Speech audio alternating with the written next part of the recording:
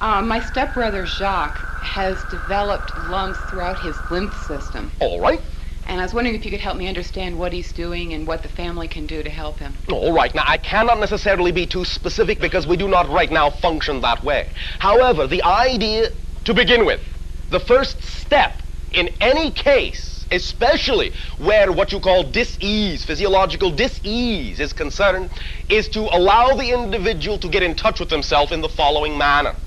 To allow them to ask themselves, what am I learning about myself by having this disease? What is this disease? What is this condition? What is this situation forcing me to face? What issues have come up because of this disease that may not have come up if I didn't have it? Now, this is not to say an individual has to have a disease. No one has to have a disease. However, because your society has taught you many things that allow you to limit yourself in various ways, then many times many of you are not willing or allowing enough or knowledgeable enough to know that you could get the information that the disease is delivering to you in a more beneficial way. So the way to allow the disease to transform into a more positive manifestation, if it is going to, is to begin to understand why it has been created. And one of the easiest ways to do that is to understand what you are learning out of being in the situation. What ideas allow you to integrate within yourself a fuller, expanded awareness of your abilities, of your powers, of your connection to the infinite? Once you understand what information the disease is forcing you to look at, then you can make the decision that you will allow that information to come through you in your life in other ways, other than the idea of the disease, which simply is the idea of forcing you into a corner, to force you to face things that you may not have been aware of within you because you may have placed them in your sub or unconscious strata that an individual in your society has created. So the first step is to remind that individual that it is their creation. Now, this does not mean that they necessarily consciously chose it, but it is their creation based on the ideas, the definitions, the negative ideas that they have been, shall we say, spoon-fed since childhood. And they may not see any other way to get the information that the disease is showing them other than by forcing them to face it through the disease. If they can expand their understanding of what it is that they are learning, they can learn it in another way. That is step one. You follow me so far? Yes. The second step that we would suggest is simply that you remind the individual that they are energy. That matter and energy, as even your own scientists know, is the same thing. And that the idea of any manifestation, any physiological crystallization in your physical body is simply the product of the arrangement of energy patterns that are representative of the idea you most strongly hold on to at any given moment.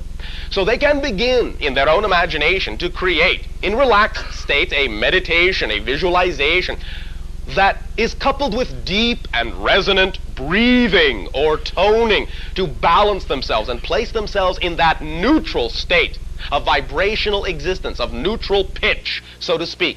In that neutral state, when they find their signature vibration, the vibration that makes them feel, shall we say, most alive, most at home, most comfortable, the one that really strikes a chord within them, when they rest, when they float in that vibration, whether it is mental or physical, doesn't matter, when they float in that meditative state, they are at neutral. When they are at neutral, they can begin to visualize themselves as simply being constructed, physically speaking, of electromagnetic energy, blue-white light. Literally, they are made of blue-white light.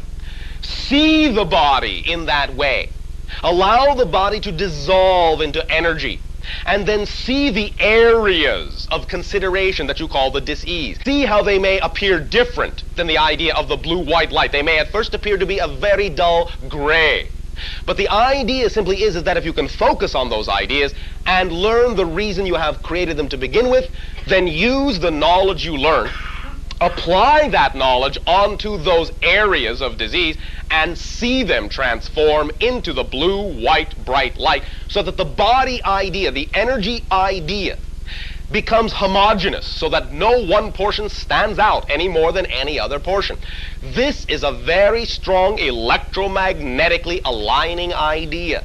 And if they are willing to continue to breathe into it and feel that they are breathing that electromagnetic energy in and out, suffusing every cell, every molecule, every atom, they can, with that centered state, completely divest themselves and transform themselves into the idea of a balanced being. And a balanced being cannot, by definition, contain dis-ease. Now that is one suggestion.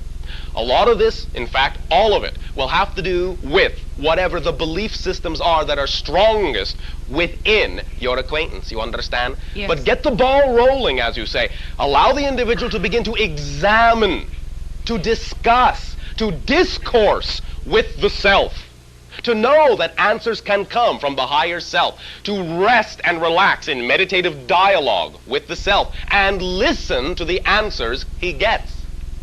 Ask, have him ask, how does it serve me to have this disease? What am I learning by having created it? Then listen to the information. In that meditative state, I guarantee the information will come, and then he can apply it and decide what to do with it. Understand? Yes, yes. Has this been of assistance? Yes, thank you. Well, thank you very much. Also, on your behalf, do not see the individual, do not see any individual with a disease as weak. See them as having had the strength to allow such a limiting condition to come into their lives because they know they are strong enough to learn from it. Support them with a vision of the strength it took to create the disease. Do not undermine them by seeing them as weak and incapable of changing it. Do not see them as a victim. Understand? Yes. So yes. send your love in that way, knowing that they have the ability to do with that disease whatever they want to do. It really is up to them. And also, simply on your own behalf, learn from it what you want to learn. Allow yourself to realize that sometimes certain individuals will take on a disease, sometimes not so much for what they have to learn about it, but from what other people around them can learn, and therefore they are actually performing a service for many of the individuals around them that they love. You understand? Yes, he certainly facilitated a lot in the family. All right. This, yes. Then allow it to be obvious in terms of what it is doing, in terms of what the individuals who are involved are learning about themselves. Because in any type of relationship, that is the bottom line, as you say. What is it you are learning about yourself by being involved? That's the purpose for that particular situation. Understand? Yes. Thank you Yes. very much. Thank you. Can I ask one quick question? Very quick. Very quick. Time's up. All right. Go ahead. I was in Sedona over the New Year's All right. weekend, and Did you have a good time? Oh yes, wonderful time. We had visitors at the house late one night, All right. and my sense of them is that they were reticulum. Is that true? You have an accurate sense, but I will go no farther. Let us say there was reticulum involvement in that area at that time. You were sensing an energy that was not necessarily as, shall we say, close in physical terms as you might have thought it was, but was permeating the entire area. And if you were sensitive to it, you could have felt that they were in fact very close. You understand? Yes. Thank you very Yes. much. Thank you. Shooting! Hello, Bashar. And good day to you. My name is Lori, All right. and I would like you to explain for me and the people here your connection with the dolphins. What exactly is that you do with them if you work with them? Oh, thank you very much. Now and then we do.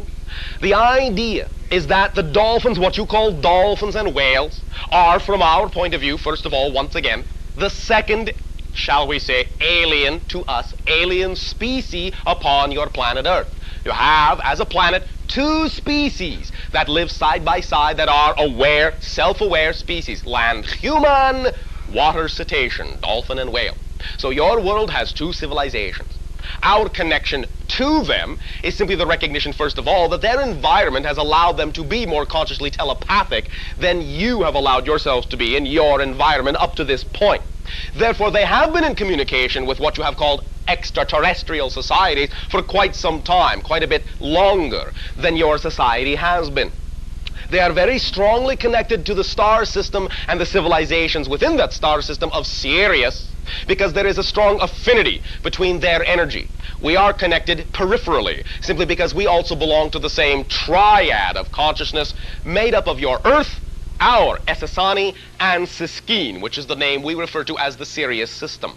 We are part of a triad, and because we are all connected and all involved in that way, in reflecting to each other different aspects of our collective consciousness, the one consciousness that the triad is, then the dolphins are also a part of that. And we work with them to allow them to assist you in dream realities more often than not, to teach you how to let go, to teach you how to love yourselves, to teach you how to play, and to learn that ecstasy is your birthright. This is one of the strongest things we do with the dolphins, is, shall we say, I'll put it in a very colloquial sense, we work up programs with them for them to introduce ideas in your dream state, to aid and guide and lure you into more love and more allowance within yourselves. That is one of the strongest things we do with the dolphin civilization upon your planet, since it is my function to contact different civilizations on different planets anyway. I cannot leave the dolphins out.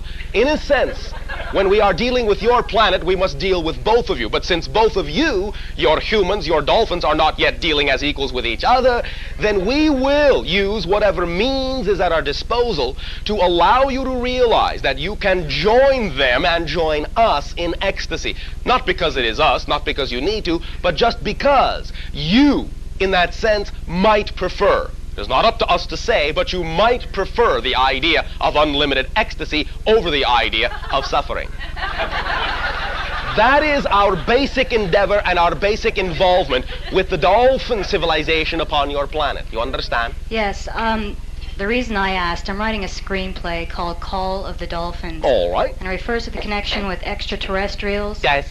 And a young man who helps, who is an Apunian, manifests as a man.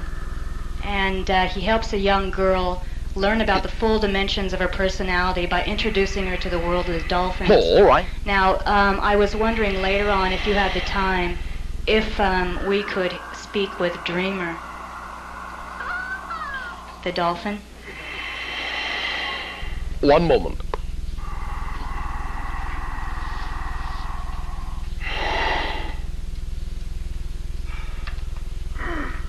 This will take place for various reasons within what you would call the next 3 weeks of your time, rather than this evening of your time. Okay, so you're asking that I come back within... Oh, I am not asking you that. I am simply saying that the idea of what you call the dreamer consciousness will have a particular, shall we say, reason to interact with your society through this particular channel within the next 3 weeks, and at that time, any and all other ideas that you wish to utilize within that conversation can also be shared, along with what Dreamer also has in his mind to share at that time.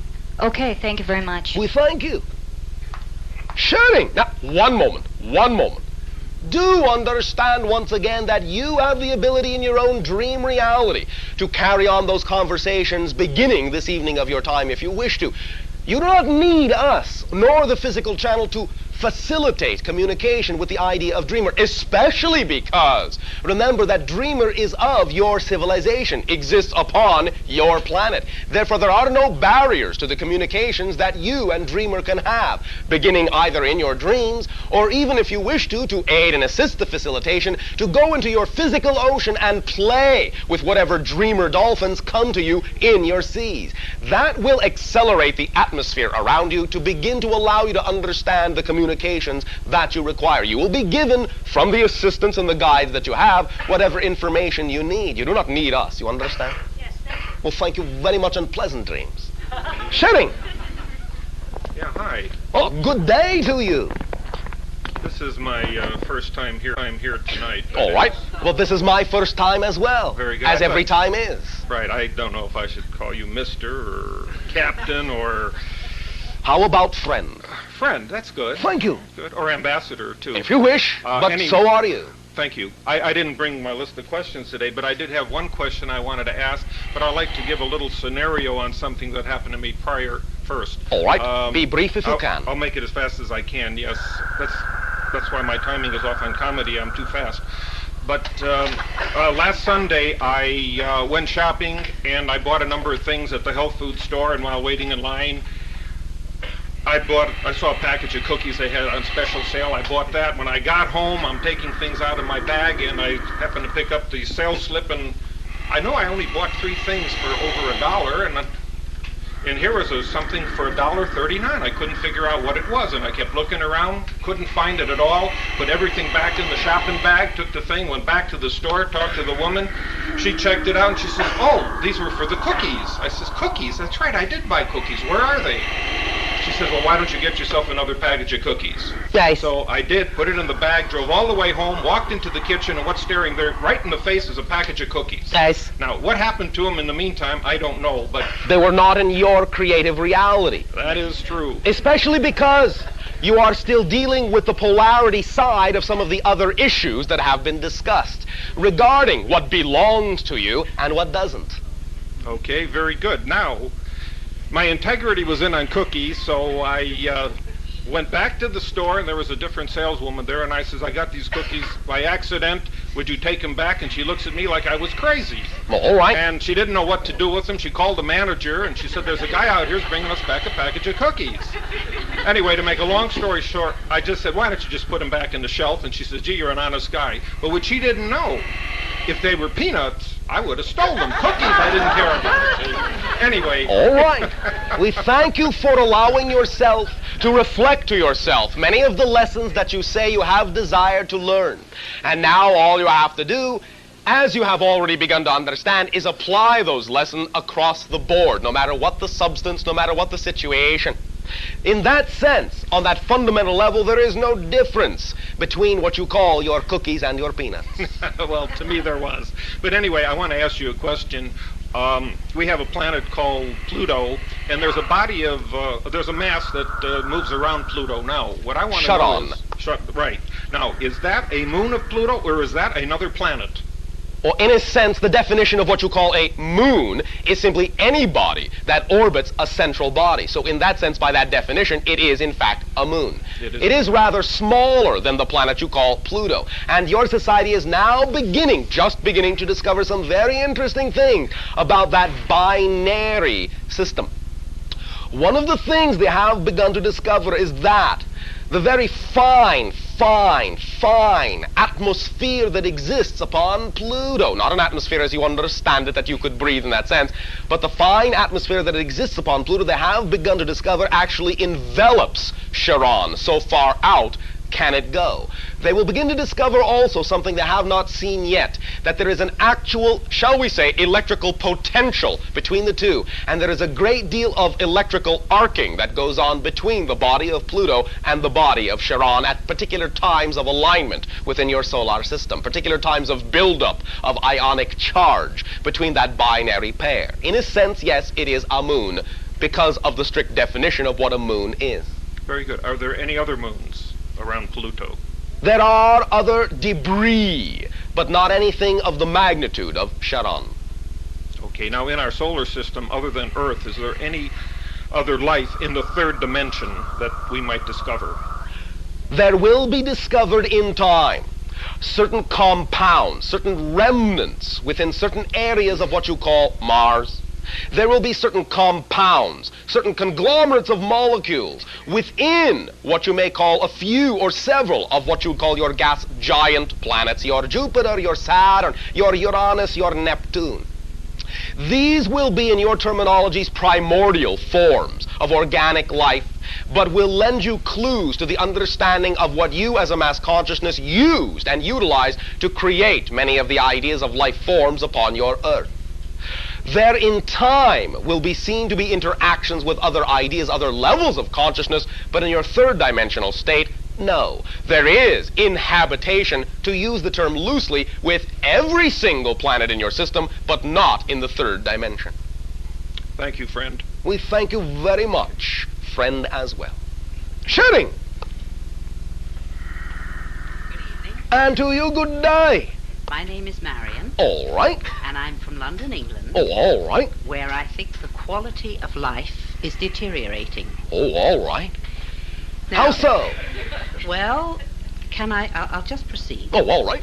I find myself increasingly uneasy and uncomfortable at times. All right. When I feel overtaken, as it were, by an alien state of mind. Oh, all right. And am then appalled at what I see and hear in the world. Yes. Do you want to do something about it? Most definitely. What?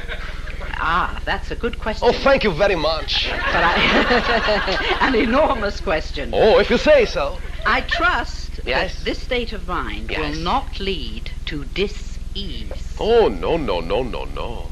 Not unless you do not recognize that it can be used in a positive way. If you do not recognize that it can be applied in a positive way, if you become overly concerned about it, you can manifest it in a diseased state, but there is nothing inherent within it that says it must go that way. It all depends how you apply it. Very good. Now, how do you want to apply it? Oh, very positively. All right. Anything specific?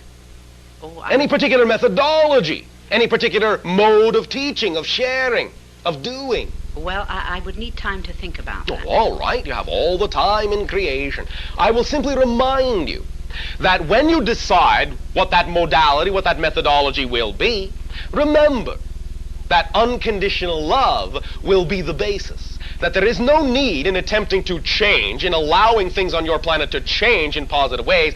There is no need, and in fact it would be quite contrary to your desire, to go about it in an accusatory manner, in an attacking manner, by shaking a finger at someone else and saying, you bad person, you are responsible for this. All right, they may be very strongly connected to the idea of what you call the dire state of circumstances upon your world, but to pile on more accusation only adds to the negativity.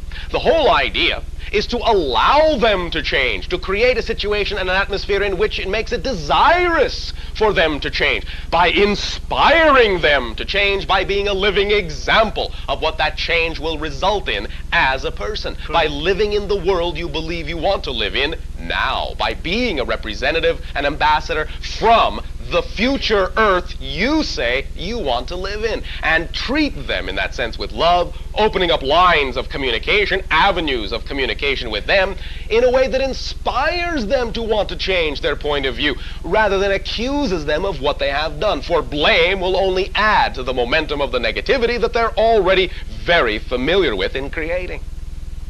Thank you very much. Oh, well, thank you very much. It's your planet, and we thank you for being bold enough to have chosen to want to be of assistance in that way. Trust that whatever your imagination comes up with, in whatever way you wish to apply those ideas, will be, if it is something that really excites you more than any other thing, will be the methodology that will work best for you, because that's what your imagination has been designed to do. Give you the methodology that will work best for whoever it is you have created yourself to be. So flow with integrity with the strongest idea, the strongest method that excites you above and beyond any other method you could conceive of in terms of sharing your point of view for creating a more positive planet. Thank you very much. We thank you very much for being a part of the entire transformation.